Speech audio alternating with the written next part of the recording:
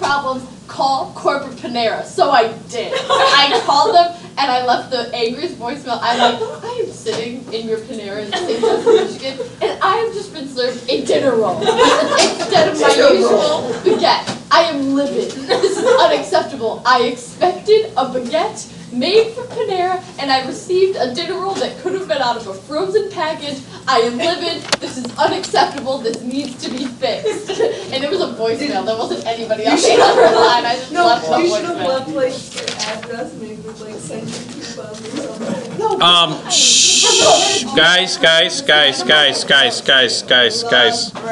Guys, I recorded all that and I'm posting it on TeacherTube. Second of all, You should. There needs to be some kind of awareness. some kind of awareness. All right, so That would be a letdown. let's do problem number 18, okay? Yeah. There should be some sort of awareness. That is hilarious. All right, so now for problem number 18, what we want to do is we want to find the inverse of this. So the first step in finding an inverse, I guess what we should do first, it helps us to determine if it's a one-to-one function. So what I could do is I could just come in here and plug the function into my calculator and then do the horizontal line test. And let's do that. So it's x raised to the 2/3. All right, and then I'm going to hit enter and we'll graph it. Yeah. Oh wait. So no? No. You just can't do it. No. Oh, but look what it says. They gave us a parameter on the diameter, so we're really only looking at from here to here. Yeah.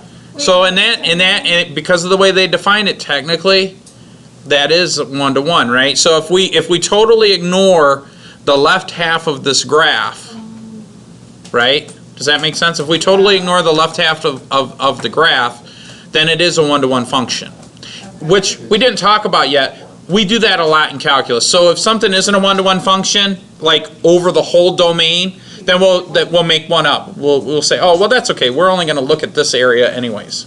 So from x greater than or equal to 0, right? Or was it less than? Yeah, it was greater than.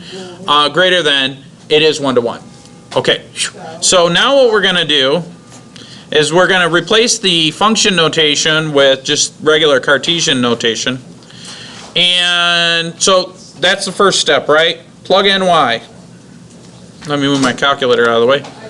Plug in y for f of x. Step 2. We're going to switch, bless you, the x and y's. So now this becomes x is equal to y raised to the 2/3. Solve for x and then you switch them. This is what we're doing. So now for step 3, I want to make this look like y equals something. So watch this. Are you guys ready? Put on your thinking caps. Thinking cap. If I raise this to the 3/2 and I do the same on the other side, what is 2/3 times 3/2? 1. Y to the 1. And then this is x to the 3/2.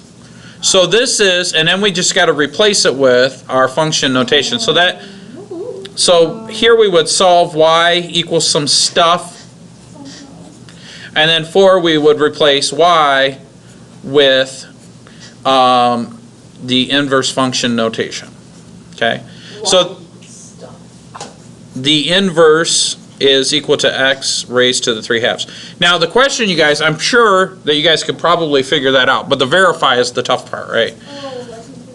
So now the verify is, here's how you verify. If I take f of f inverse of x, it will always equal x.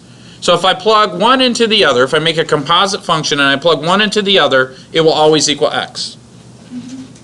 How often will it equal x? Always. Oh. So is this problem really just verifying that it's equal to x? No, it's both. So you can't verify it unless you know what the inverse is, right?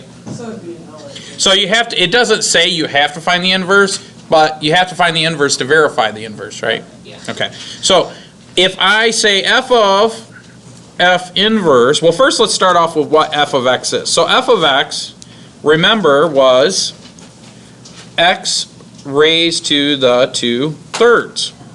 But now if I say f of f inverse, I'm really saying f of f inverse of x raised to the 2/3. But what was f inverse? F inverse was actually the stuff right here. X raised to the 3/2. So then this becomes x raised to the 3/2 raised to the 2/3, which is x. So f of f inverse is equal to x. So yeah, it's true. It's verified. Boom. Well, bam with the bacon sizzle. You guys got that? Get it? Good. Wait, no, I don't get it. You don't get it? We'll just have to do some more. What did the juniors today? This for Adam said.